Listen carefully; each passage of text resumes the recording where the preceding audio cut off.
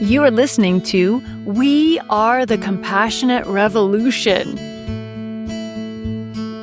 I'm your podcast host, therapist, author, boundaries guide, Molly Moon. If you are a compassionate person and you want to know your worth, set better boundaries, live from your truth, and operate in your fullness, then I am so glad you've joined us. You ready? Let's get started.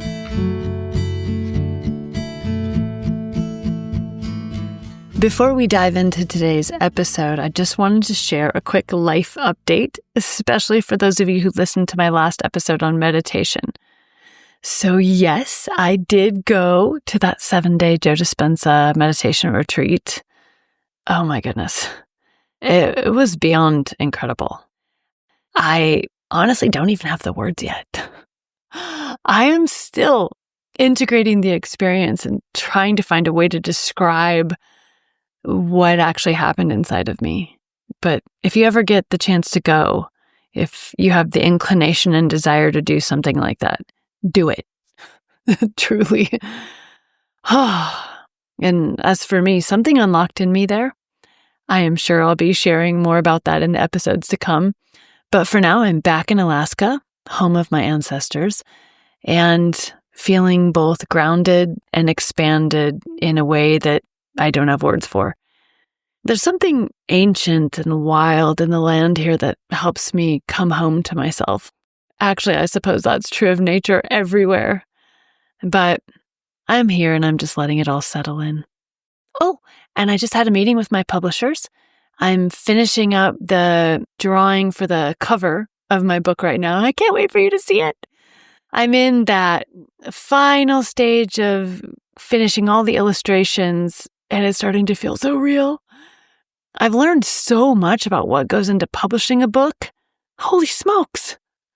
But it's honestly been such a fun process, and I kind of can't wait to do it again. I think I'm hooked.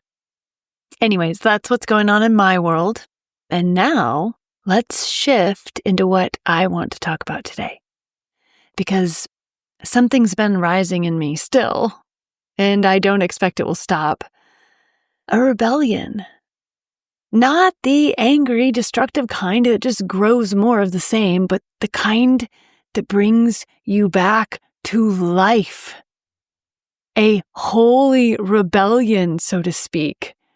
A rebellion for the kind heart, for the tired ones, for the overgivers. The kind of rebellion that breathes life back into your bone marrow, that reminds you of the song in your heart. How does that sound? Because I think so many of us, especially those of us who are wired for compassion, we get so caught in the muck of keeping the people pleased, of trying to be all things to all people, of carrying the weight of the world because someone has to, and so of course it ends up being us.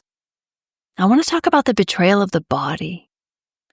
So many of us who fall into behaviors that would be labeled as codependency or people-pleasing have been taught to disregard our bodies, to think of the body as something that is a problem. We tend to have a rather harsh view of our bodies, especially because they seem to constantly betray us. If you've been schooled in codependency or people-pleasing, then it's actually true. The body does betray us. Because here we are, we're supposed to be preferring other people's needs above our own, right? Putting other people's wants above our own needs. Well, of course, our body doesn't like that. So in order to do a good job being codependent or being without boundaries, we have got to learn skills and techniques to shove our body down, to silence its voice, to almost, honestly, gaslight it. Tell me if you relate. Our body might say, I'm tired. But what has our mind been programmed to say back? No, you're not. Keep going. Our body might say, this is too much. I've given too much. I need something back in return. But because our mind is programmed to keep the people pleased, that's not going to work. So our mind chastises the body, No, you have not. You have not given too much. And in fact, if you think you've given too much, that's because you're weak. Or that's because you're broken or something's wrong with you. If you were a better body, you would be happy giving this much. In fact, you would have plenty more to give. That's how we talk to ourselves. And this is a rather sobering reveal because we are so used to thinking of ourselves as the ones who are harmed by other people, which is true. Many of us are or have been in toxic or abusive relationships. It's important to acknowledge that. Their bad behavior is truly their fault, not ours. But today I want to bring to the table a way in which we can actually be quite abusive to ourselves. And it's not on purpose. We don't want to be abusive, far from it. We're also not trying to be abusive, far from it. It's just, that's what we must do if we're going to keep the people pleased. We have to disconnect from the body. Because if we're going to operate in a way that is boundaryless, that is unboundaried, well, we simply cannot take our body's wants and needs into consideration. We definitely can't take our emotions into consideration because emotions come from the body, so they're out too. Nope, none of those things. Emotions are dangerous, emotions are bad. Think about it. If you're in a very difficult relationship with somebody who does not treat you well, what are you going to do if you start listening to how your body feels about being in that relationship? That's not going to work because you're going to want to leave that relationship. You cannot stay in a relationship that your body experiences as misery, as agony. But because we've been programmed to not know our true boundaries, because we've been programmed to self-abandon, to prefer other people's wants and needs above our own, we are sitting ducks for toxic relationships. And once we realize it's bad, we often have no way to get out of them because we're so separated from our true boundaries, from our true power. Now, toxic relationships can happen to anybody. Seriously, anybody. And being in one is certainly not our fault. Many people can put on an amazing show at first, and you can't know it's bad till you know. But the difference I've noticed between people with healthy boundaries and those without boundaries is this. When someone with healthy boundaries realizes a relationship is bad for them, they take steps to change it and then they get out of it. If it's not going to change, they remove themselves. But for those of us who are highly compassionate, empathic, highly responsible, but without boundaries, when we realize a relationship is bad, what do? We stay in it. Because what else are we supposed to do? We think we'd hurt them if we left. We ask ourselves, oh no, what'll they do? What will they do if I leave? How will they make it without me? We instinctively know these people are not set up to be in decent relationships or to be okay in life, so we feel it's our duty to sacrifice our life, our happiness, our joy, so at least they'll have someone. Because who will love them if we leave? Oh, I've heard this from the mouths of so many compassionate people I've sat across from in the therapy space. We are literally so other-centered that we care about how the person who's hurting us is going to feel when we finally tell them no. And because they won't feel good when we finally set limits, we don't. Because we don't want to hurt their feelings or make it so that they have to experience the consequences of their actions. We're literally that compassionate and also that separated from our true boundaries and that cut off from the messages coming up from our own bodies. Our own bodies cry for help. The way we talk to ourselves, the way we talk to our bodies, the way we talk to our emotions, we blame them for existing. We blame them for not being compliant. Don't you know we're here to keep the people pleased? Stop mouthing off. Stop having opinions. Stop not feeling happy. Because we've been taught somewhere along the way that we cannot trust the messages our bodies give us. We don't think we can trust our intuition. Who told you you could not trust your intuition? Right? We don't think we can trust our emotions. Who told you you can't trust your emotions? Who told you you should trust other people's emotions over your own? Wow, right? But we believe we've got to keep the people pleased. That's our job. That's our duty. And I've lived this, so I am not speaking from an ivory tower here. I am so intuitive by nature, but I'd become so cut off from my own body that my intuition was effectively silenced. We can get ourselves to the point where we say, I know I have an intuition, I think I do, but I'm not really sure where it is or what it even sounds like anymore. It's been so long since I've heard it. Because we've been cut off from our bodies, which is also where our intuition resides. We are disassociated from our feelings, from our felt needs, from our somatic responses. We get so good at shoving our feelings down that we've blocked access to our deepest wisdom. The only feeling we're really attuned to is fear. Fear of not being enough, not doing enough, not acting the right way, whatever that is, whatever someone's told us it's supposed to be. Fear of not keeping them happy. Fear of rocking the boat. Fear of causing a conflict or discomfort in any type of way. Fear dominates our experience and locks us into being other-centered while staying cut off from our own selves. And this is so sad because within our bodies, there is an incredibly rich stream of wisdom. That wisdom is your birthright. It's yours by virtue of simply being. But we don't have access to our wisdom when we're cut off from our bodies. And that rich stream of wisdom, by the way, includes our boundaries, because true boundaries are not found in the mind. Our true boundaries are found in our bone marrow, in the heart, in the song that's written into our DNA, beneath the trauma, beneath the pain, beneath the programming. But we've been taught to lean into codependency, to lean into people-pleasing, to lean into not having boundaries, as if that will bring us happiness. And that's the lie. That's what we've been promised, but it's not true. They say, focus on others and you'll be happy. No. That advice is good and can work well for people who are more selfish. There are plenty of people who always put themselves first and everyone else last. So that advice to focus on others instead of oneself is great advice for people like that. Anybody who has shut off their natural empathy, anybody who doesn't know how to think about others, practicing being other-focused is wonderful, necessary, helpful. It balances those types of people out. But for us, that's not our problem. That's why that advice doesn't help people like us. We need the opposite.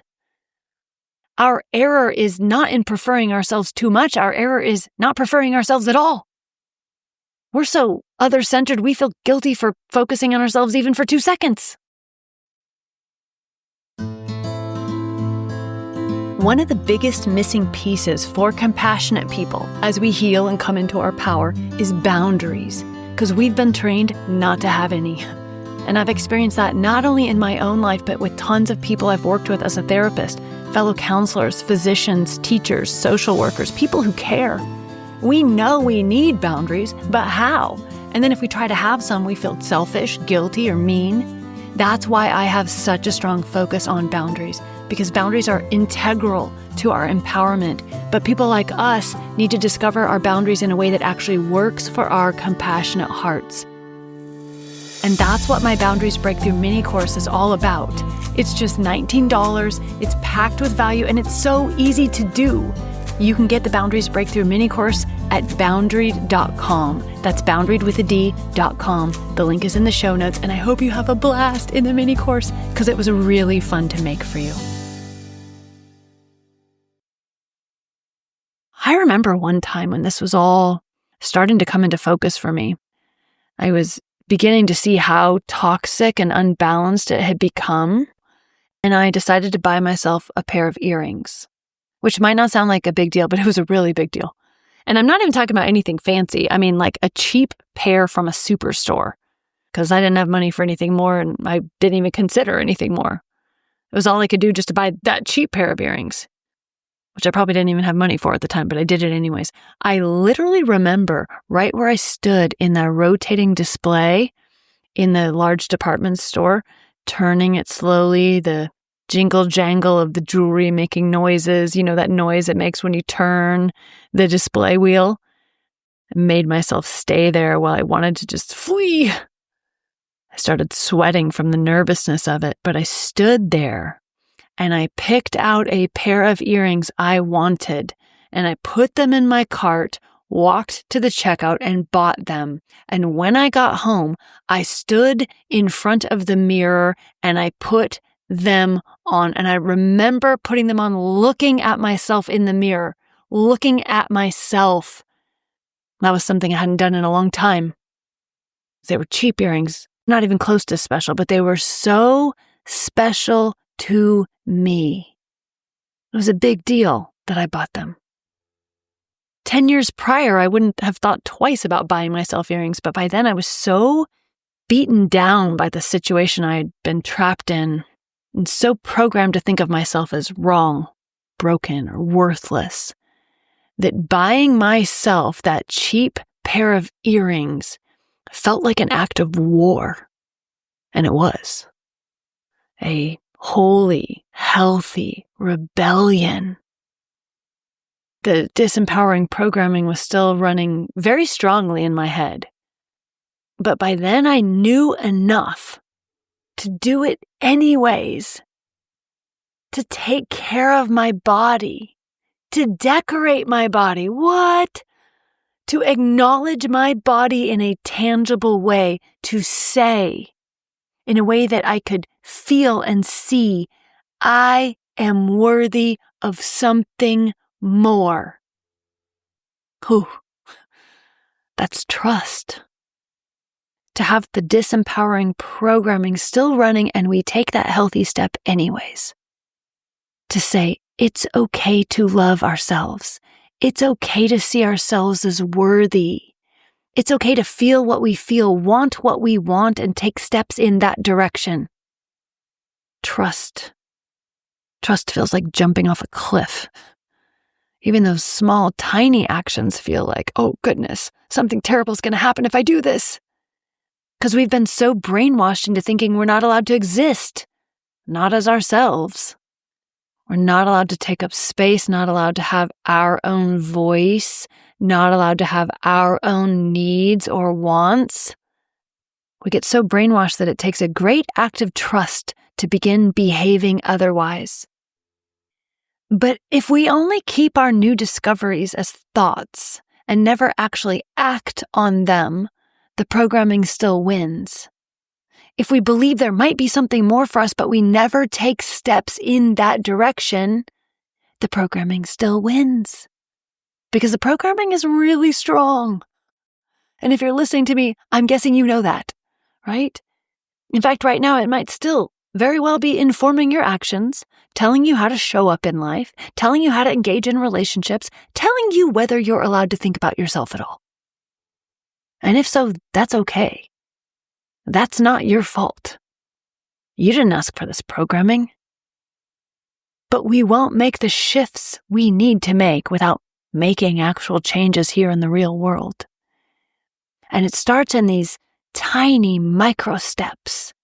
They are the little rebellions that can ignite a revolution inside of us. Because you are worthy of taking up space, of learning who you are, of becoming what you're here on this planet to become. Because we are the medicine, you and I. We are the change the world needs. We have to shake off the chains of the programming. And that might seem silly, that the act of rebellion might be buying a cheap pair of earrings, but it's not silly. That was my summit at that time. That was my mountain to climb. We have to trust that there's more for us than this disempowered way of living, this disempowered way of being, this way of showing up that we've been taught is quote, quote, good, but is actually bullshit. Yes, there are deeper ways to change this programming, and yes, it does get better. I promise you. In fact, just recently, while I was coming home from the meditation retreat, I saw a pair of earrings I liked while I was at a wait in an airport, and I bought them without thinking another thing of it. At some point in my journey, It stopped feeling wrong to acknowledge that I had a body and that bodies can be fun to decorate, because they are. And it's okay to have fun. It's okay to feel. It's okay to lean in and listen to the wisdom inside of you. Fear doesn't get to be in charge of us anymore. That is trust. Trusting in something greater than the programming. Even if we haven't experienced it fully yet, knowing that we can and we will if we choose to continue to walk in that direction. Otherwise, the programming will continue to reign sovereign over our lives, sovereign over our thoughts, sovereign over our feelings, sovereign over everything, and no thank you. No thanks. Because if the programming is in charge, we simply won't be allowed to take up space or become who we are. Because becoming you goes against the programming. The disempowering programming will keep you from ever becoming the joy, the love, the gift you're here on this earth to be. And you are here for something more. I've been thinking about this a lot in my own life as I adjust and shift and move into this new space that life is asking me to take up, an expansion. It's really fun and really amazing to trust the process, to unfold into a bigger, wider space this new season is inviting me into. It's exciting. But if I stop and let the programming speak, guess what? There's just fear. How about no? That's what the programming says, always. Any forward movement involves a loud cry of protest from the programming. And that's what fear says anyways. Contract, hide, run, do not expand. And how long have we compassionate humans been doing just that? And what's it got us?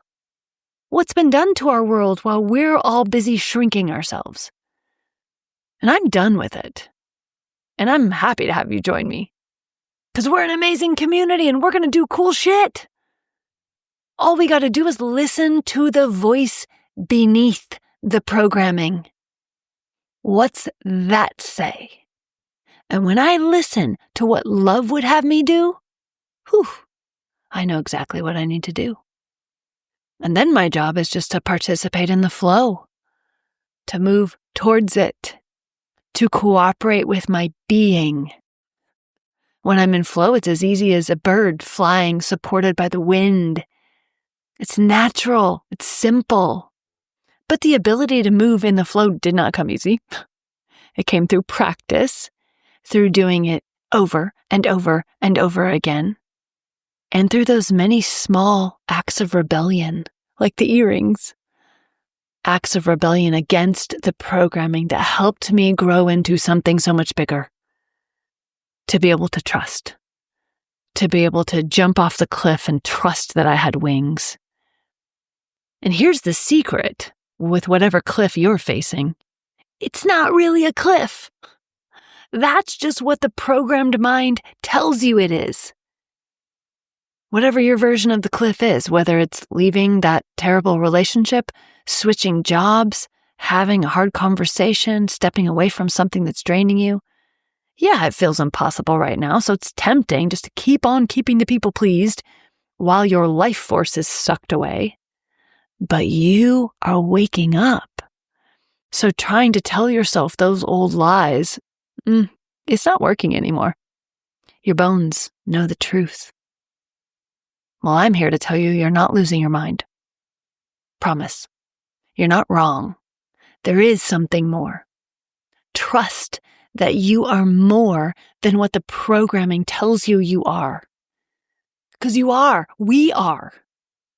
And we as a collective are waking up to this. And nobody can stop us. It's happening. It's happened. Too late. It's happening. And it really does start with small things.